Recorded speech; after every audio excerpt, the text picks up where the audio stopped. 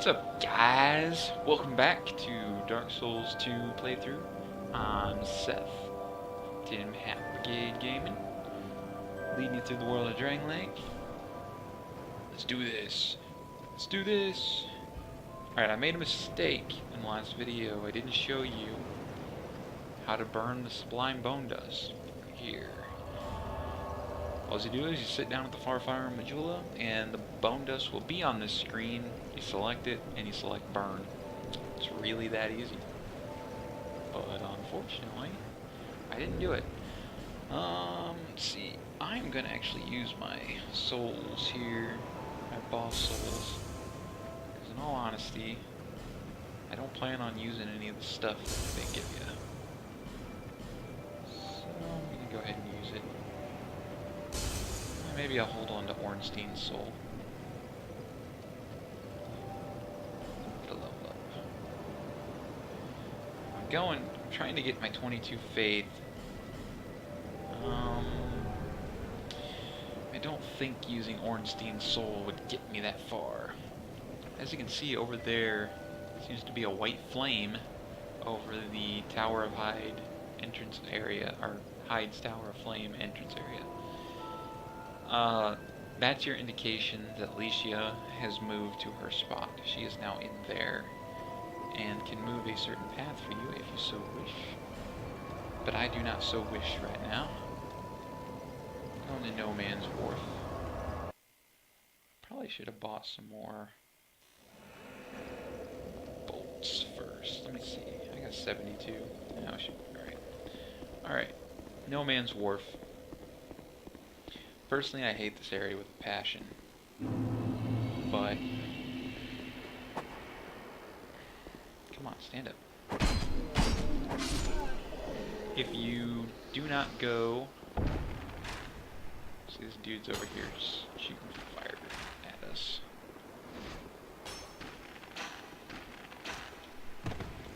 Jerk. He's dead though. If you go the route of the pursuer and go to the Lost Bastille that way, you don't have to come this way. But there are two routes to the Lost Bastille, and I wanted to show you both of them. And before we go further, I hate cheesing areas because it's not really fun gameplay to watch, but in the Lost Bastille, there is no such thing as being too cheesy. Or, I'm sorry, No Man's Wharf, because there's no bonfire down here. So dying just really screws things up. And I don't want to die, especially not when I'm recording. That guy up there, and a couple guys later on, are actually throwing, like, tar bombs at you. And that is important because the enemy who shoots fire arrows, if he shoots you while you have the tar bomb on you, you will explode, and take fire damage, and it will not be pretty. And you actually might die in one hit, and that's not good. Titanite shard. What's out here? Ooh, iron arrows. Nice. And a soul of a proud knight. Nothing wrong with that. Be very careful as well. Like down in here, it's an automatic death if you fall into this water. You might not be able to see on the screen. You can kind of see on my screen what I'm looking at, the wall continuing down into oblivion. Likely you won't be able to see it on the actual finished video. But that is not to say there is not area where you can walk. It's just not that area there. Alright, I want this dude to come down.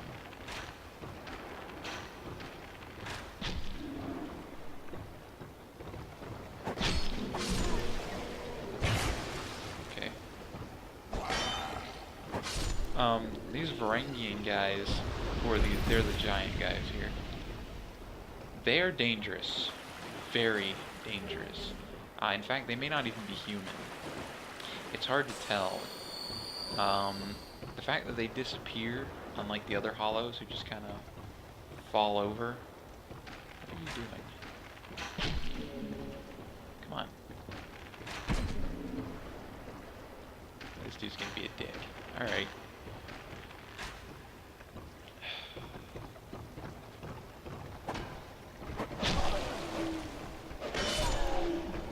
Alright, the reason I didn't want to go up there and fight him is because going too close will activate this dude. Howler Monkey. Actually, I don't know what their name is. Their actual name. But, interesting thing about these Howler Monkeys, they drop the Pyromancer gear from Dark Souls 1. Why is that interesting? Because for some reason in Dark Souls 2, there's only one person in the game who talks about pyromancy. In Dark Souls 1, pyromancy was everywhere. It was a huge deal. Dark Souls 2, no one talks about it.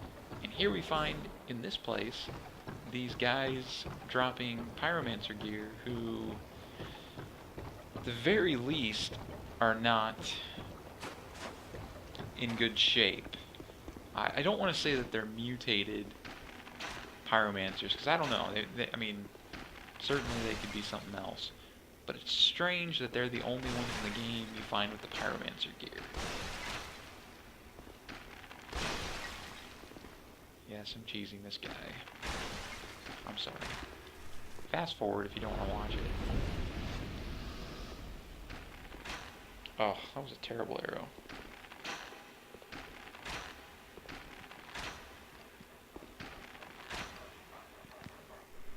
I should also point out that those Howler Monkeys inflict bleed damage. So be careful when you're fighting them. Bleed damage doesn't seem to be as bad in Dark Souls 2 as it was in Dark Souls 1. But it's still not something you just want to mess around with. See, those guys are just firing some fire arrows as well. Varangian Helm. Okay. I said earlier that I'm not even sure that these guys are human. I'll show you why here. Just miss. Oh. Alright. I recommend having a second Pharaoh's Lockstone after you beat the Forest of the Giants and bringing an extra one here. Why? So that you can use this. What does this do? Before I do anything, notice how dark the area is. It's really dark, kind of hard to see. In the dark, the Howler Monkey guys have no problem. They'll be out and about, fighting you everywhere, trying to beat you down. The Howler Monkey guys are afraid of the light. Hear that strange sound? That is the Howler Monkeys giving their hiss at the light. They fear it. And I really recommend, especially if it's your first playthrough, getting that Pharaoh's Lockstone and bringing it over here.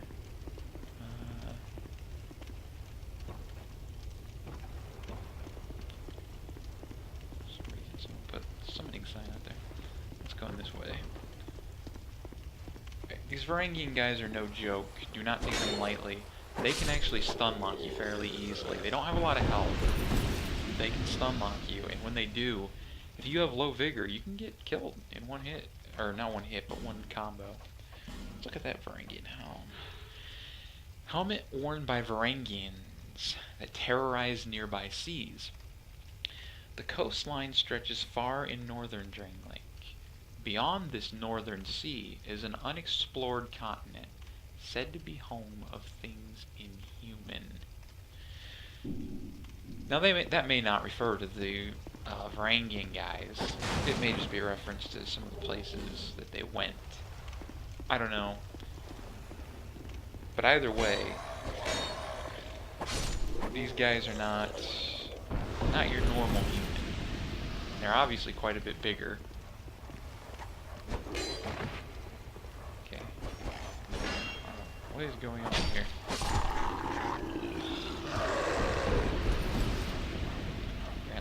lives does not want to help me today. That's alright. Hopefully we can get some more of their gear. Check out some more stuff. Oh, there's nothing up here. If you're wondering why I run with my shield up, it's just a relic from Dark Souls 1. In Dark Souls 1, it's just what you did, because it was pretty often that you'd round a corner and there'd be a guy right in your face. To anyone saying Dark Souls 2 is like super cheap and Dark Souls 1 wasn't cheap at all, you're wrong. I'm sorry, you're wrong. That's just all there is. You're not right. Alright. Why don't you go ahead and come out here? I don't want to run in there. There's a couple guys in there. I don't really want to fight them. Looks like they all wake up when you do that. Thankfully, one hit from my rapier. Finish him off. Angry in the leggings. Okay. That'll work. What do they say? Oh. Okay, exactly the same thing. Well, never mind then. That's not interesting at all.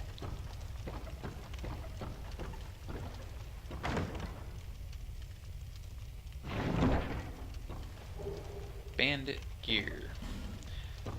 The bandit gear I think is exactly the same as Dark Souls 1 except for... Oh no, brigand gear. I'm sorry. Brigand gear I think is exactly the same as Dark Souls 1. Mountains surround Drang Lake on 3 sides.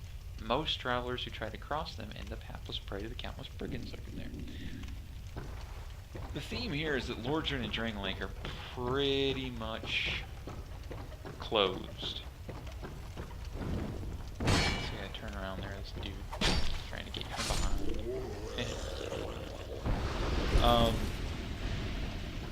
Lordran and Drang Lake are pretty much closed off, implying that 1, obviously not a lot of people ever come here, and 2, that no one really comes here by accident.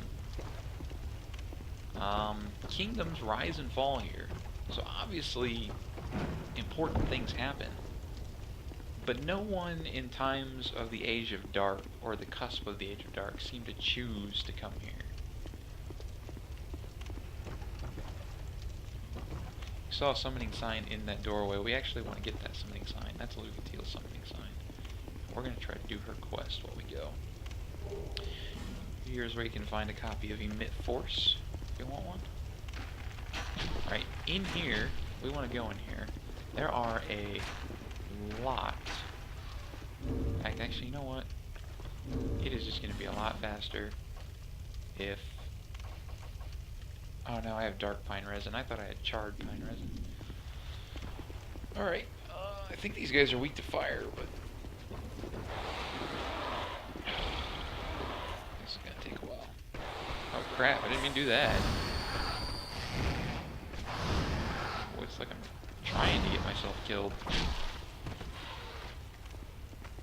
Yes, you can backstab these guys. No, it's not the wisest thing to do when there are 3 of them around. Oh, I got snacked. Oh, no.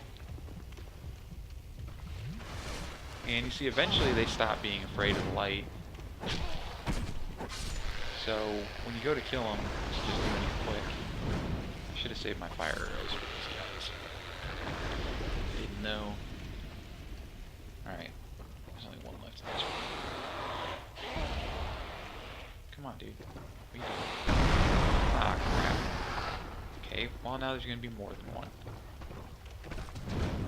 Can't catch a break here, can I?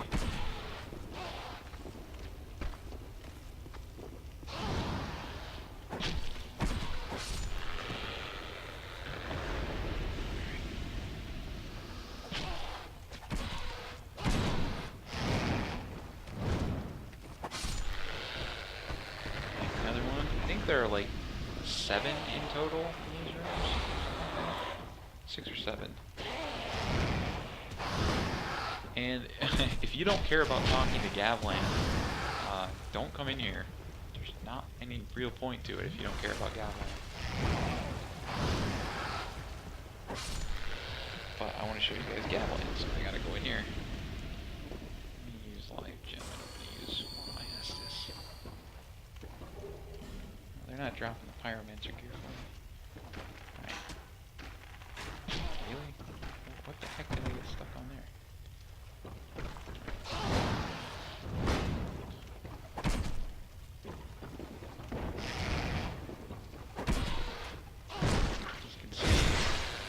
Can backstab them. Alright, there we go. Tattered cloth hood. Hood favored by pyromancers. It appears tattered, but in fact its fabric is reinforced with pyromancy. Magic is no show. It is an art that allows mere mortals to glimpse into the very fabric of what is and may be. Remember in Dark Souls 1, pyromancy was closely associated with demons.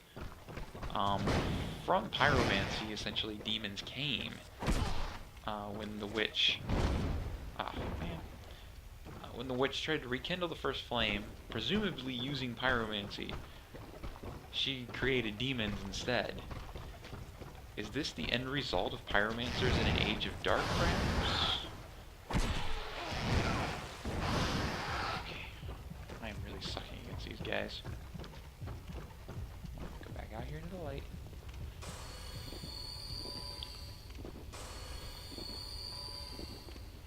Alright.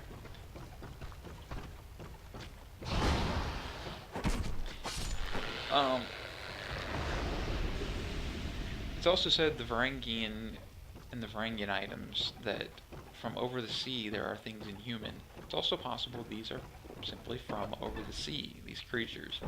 And they came here, the Varangians like transported them here, so to speak.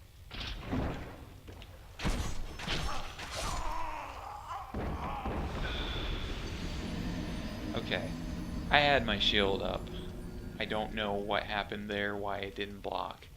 But I'm not particularly happy about that. Because this is going to make the run that much longer.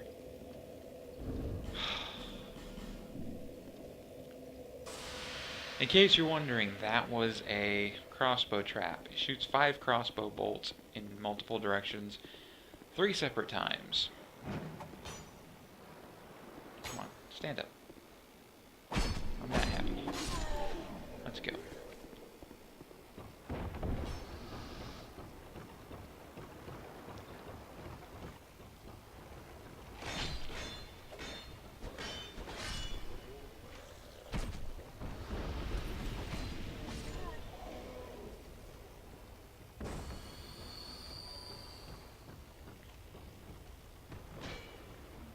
Come on.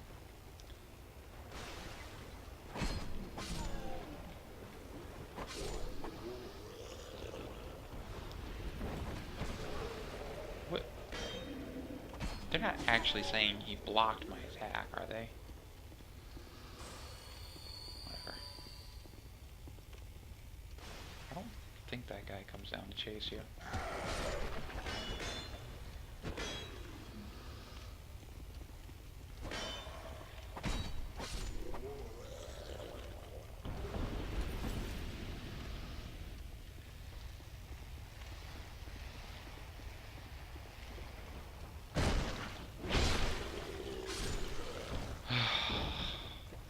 Apologies to everyone watching. I'm as unhappy about that death as you are.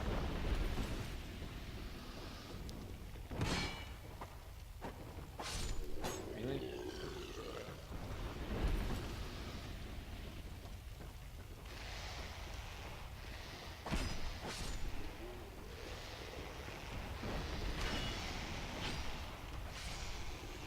Are they saying that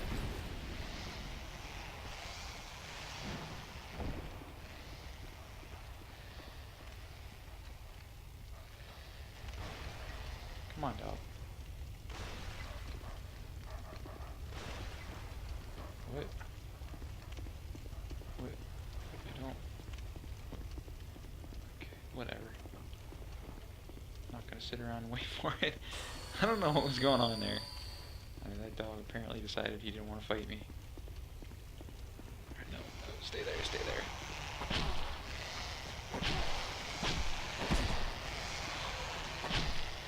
Why are are you not letting me backstab him? No. I was hoping they would stay there.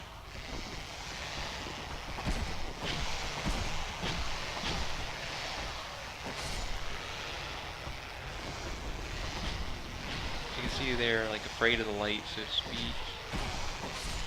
It only lasts for a certain amount of time, though. After they're done, they're not afraid anymore, so... If you're gonna make your move quick. Yeah, come on.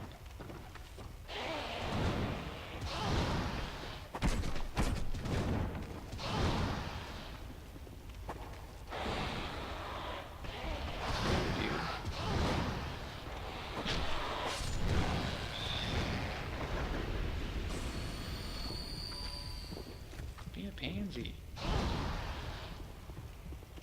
Like me. Be a pansy like me.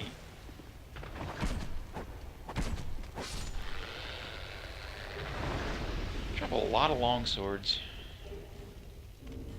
Tattered.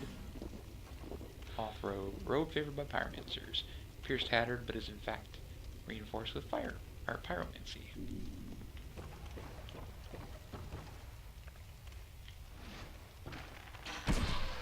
Come on.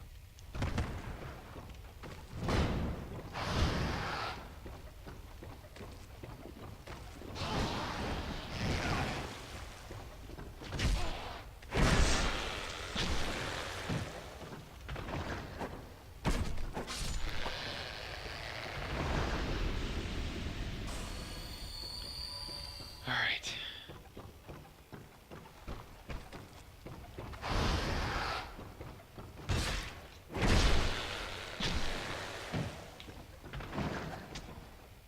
Really? Rapier's already at risk. Let's throw up some magic dust. Alright. Give me back my souls, you jerk. The poison one that time. Alright, seriously? Use a poison moss here. Boy, the game is just not being friendly to me today. Silver Talisman, those let you blend into the environment. They are like the chameleon spell, essentially. Also a great sword. Great sword's a pretty good weapon, but I came up here for this guy. Who are you? I, Gavlan. Gavlan will, Gavlan deal. That he does. Gavlan wants soul. Many, many soul.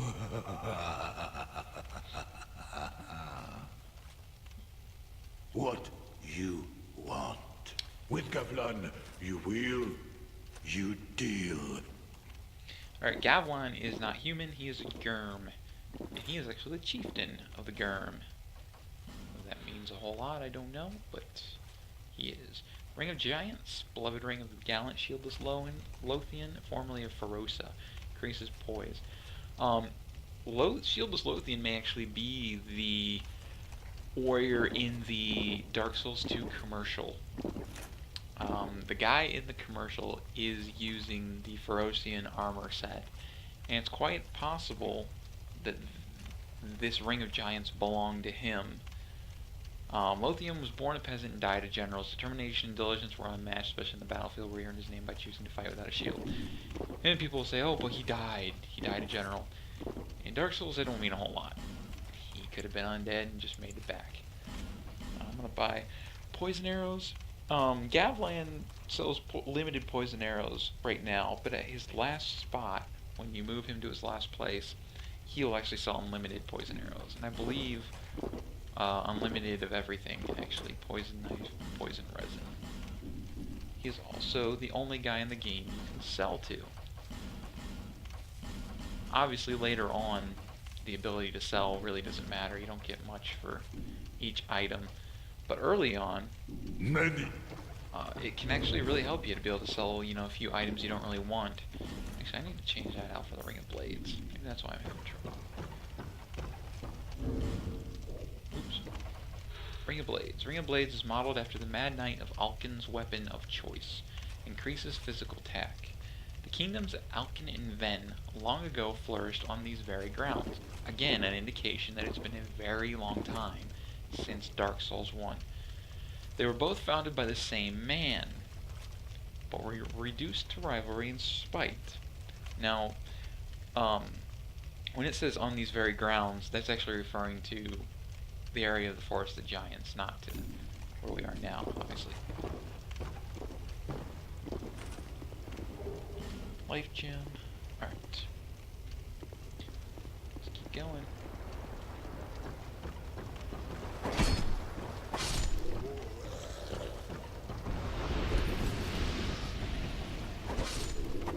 Oh. Gotta stop getting corpses.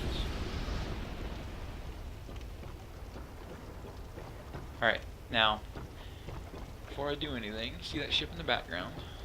We are trying to get it to come over to us. Why? Because we need to reach the Lost Bastille, which is out there. You can actually, I don't know if you'll be able to see it on the computer screen once I've translated this to YouTube, but you can definitely see it on my screen. It's out there, trust me. I'm going to pull this. It's going to call the ship over.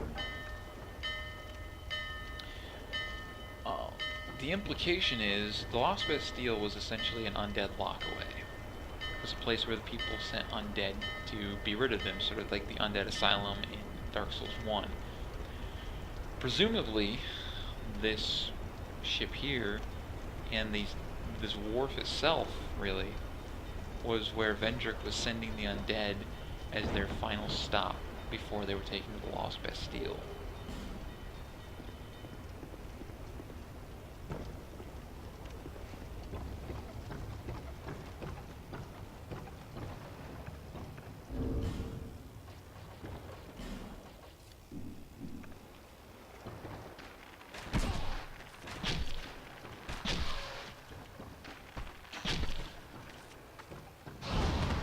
I just poisoned him because I didn't really feel like running down there to fight both of them.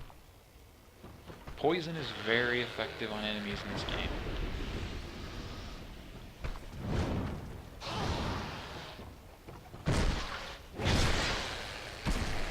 In fact, imbuing weapons with poison is one of the easiest ways to cheese the game.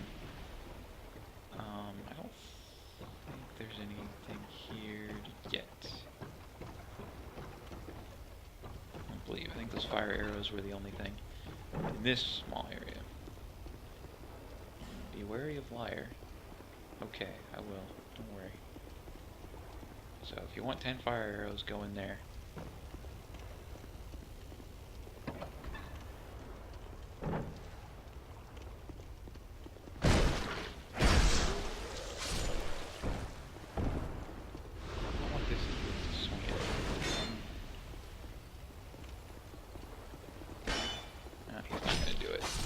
These jars here are filled with poison.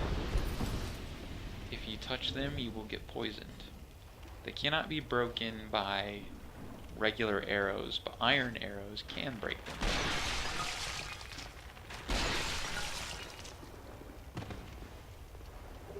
Throwing knife and flame butterfly.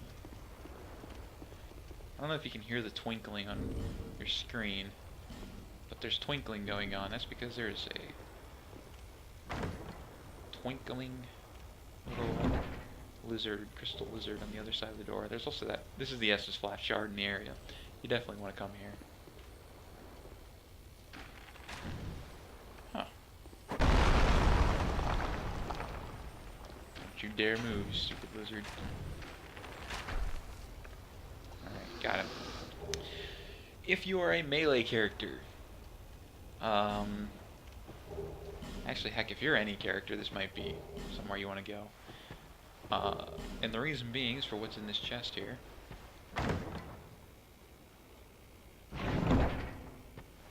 Royal Soldier's Ring. A ring bearing a soldier's seal increases the load that can be carried. These rings were granted to warriors who distinguished themselves in the service of King Vendrick. The king favored simple warriors who staked their every battle on strength alone. Now, there is a possibility that I hadn't thought of, and I said in the last video I didn't understand why Vendrick would go to hides unless it was for something to do with the gods. There is a possibility that he was trying to make a path to the wharf down here. I think it's less likely than trying to find some connection to the gods and the soul. But it is possible, because this Royal Soldier's ring is what the Royal Soldiers were wearing. As you can see, it increases my equipment load. It increases it, I believe, by 10%, and goes up by 10% for every +1 thereafter. And the +2 soldier ring does like 30% equipment load or something like that. Maybe not that much, that might be too high. Let me see. Yeah, it's 10% though for I still think that him quote-unquote unlocking a path to the gods was his reason for going to hide, reaching the gods and finding something to do with them. And the reason I say that is, he was king. If he wanted to, he could have built 100 ships and had them sent to this place to sort of make a route to the wharf. I don't think that would be his reason to come here. But, I mean, this is where you find a Royal Soldier's ring, so he obviously had a presence here in some aspect. Gotta stop making corpses. Ruin my durability. Ruin it, I say.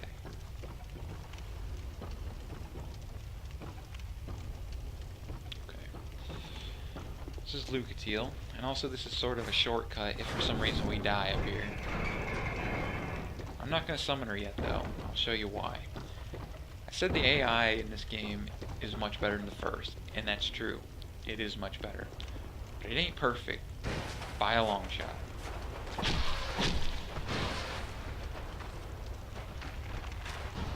And there's an area up here where Lucatiel has a habit of throwing herself off to her death. And since we don't want Lucatiel to do that, we want her to be able to do her quest, we're going to have to go make sure we clear this area out first. To do the quests of any of the NPCs that are summonable, what you have to do is you have to summon them for at least 3 fights, beat the boss, and they cannot die in the process. Now, if you summon them and they do die, you are free to go back to the bonfire, rest, and summon them again. That's fine. It doesn't affect your progress. But you can't kill the boss. If you kill the boss and they died, you will have failed the quest. Now, I think you can fail once for each person. There are, I believe, 4 for each person, and 3 is the number you need to complete the quest. Let's say I'm going up here. This guy's name's Corellian. He's not going to talk to me because I don't have enough intellect. I see light, but it remains dim. I am Corellian, and I've no interest in the magic impaired. He's your sorcery guy for your sorcerers. I think you need at least 8 intellect to talk to him. You might need 10. I think it's 8 though. Obviously I don't have that much, so I can't talk to him. If you are an in-character, you can talk to him and exhaust his dialogue, and he will go back to Jula. I went through there already. Alright, let's go summon Lucatiel. Corellian is an interesting guy. He has some interesting dialogue. I may, off camera, come back later and get him, pour a little bit of faith in, or a little bit into my guy to get him. That way we can get him in Majula and get some decent dialogue from him. He has some interesting things to say. And if not, I could probably read his dialogue off a site somewhere. That might be the easier way, just read it off a site. But he's got some interesting stuff to say, to do with the land. Alright, Lucatiel, please don't fall off here.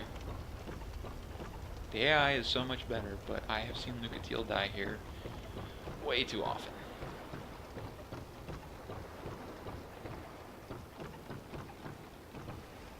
Right. Come on.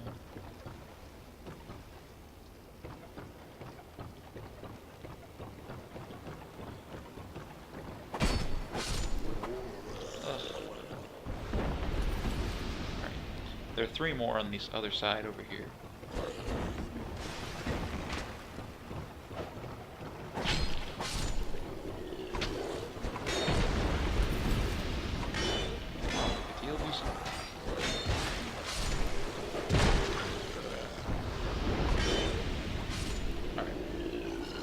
said, summoning the NPCs for boss fights is more often than not useful. And that rings true. It did not change. There is one exception though.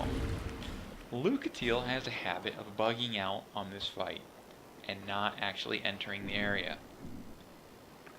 Needless to say, this is incredibly annoying, and is the reason I bought this rotten pine resin. On the off chance that she bugs out again and doesn't enter, I want to make sure I have myself a nice little boost.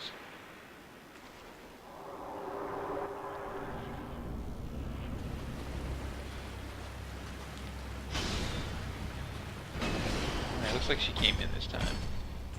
Either way, I got my poison stuff, so... Ooh. I have low vigor, I need to be careful.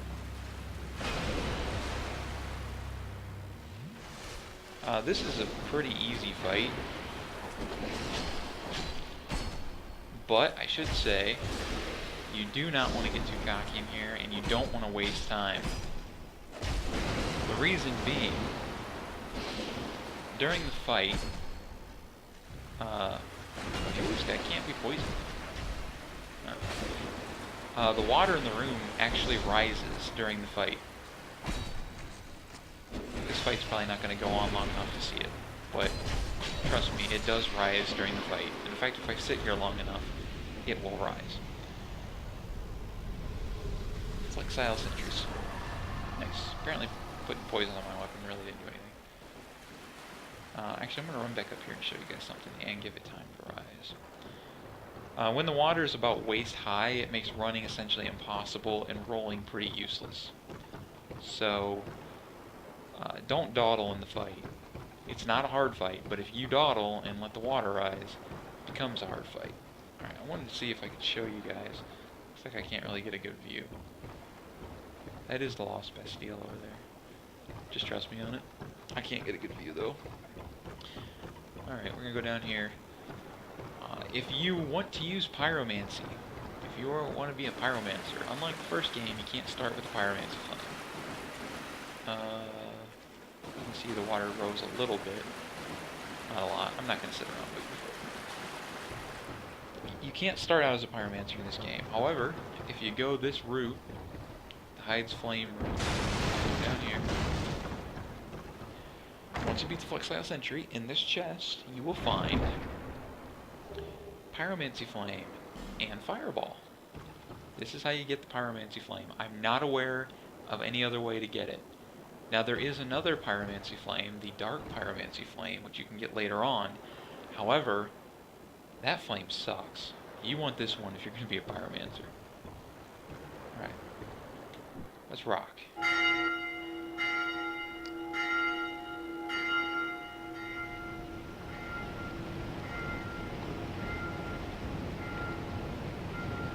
See, we're sailing. Going to the Lost Bastille.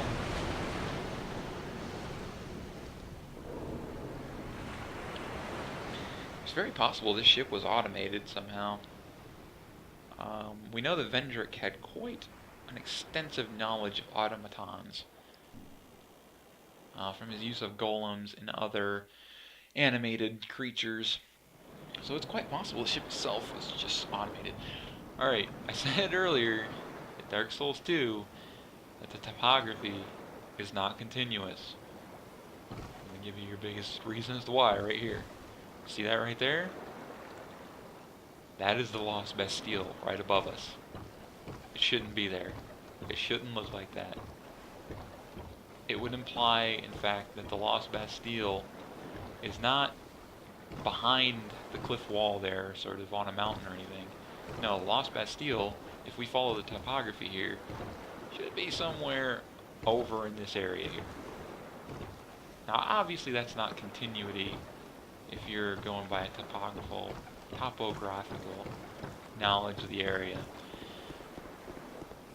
Either From simply said that they didn't care about the continuity, and screw it, we're moving on type of thing, or else, like I said, they got kind of far into development, made some changes, and realized that they had never changed the continuity to go with it.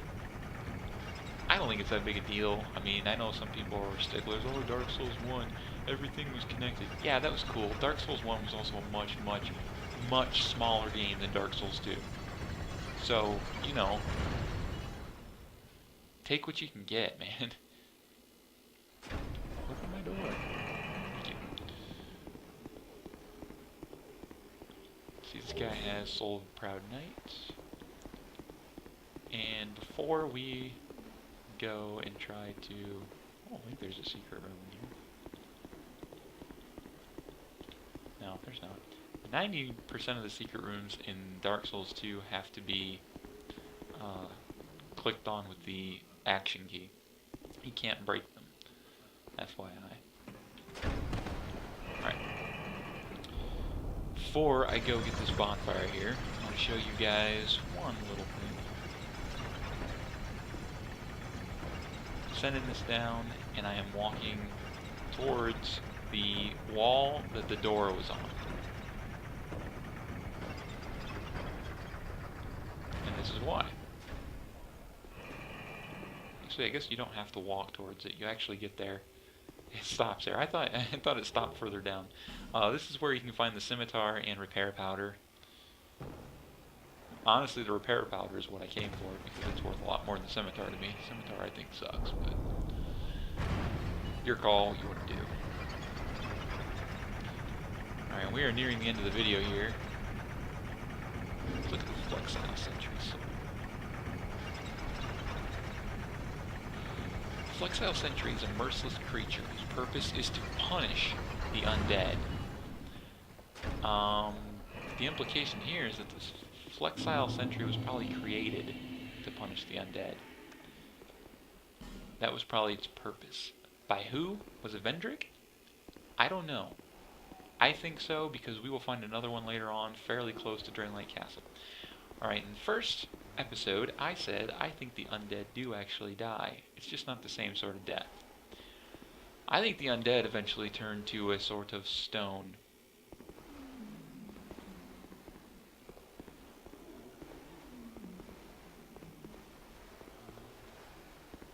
Now, I don't necessarily think that these undead have reached that point. I don't know if you can hear it or not, but there actually is some like groaning going on. It's actually fairly creepy. But I think eventually the undead, once they have completely lost their souls, died so many times, I think eventually they just stop moving. See, these guys are just kind of chilled. They're not going anywhere. I think they sort of revert to a sort of state of just ceasing. They just stop moving. That's sort of the death of the undead, if you will. But that's going to be it for today. We are at the Lost Bastille. That will be our next video. I'm going to go do some leveling up.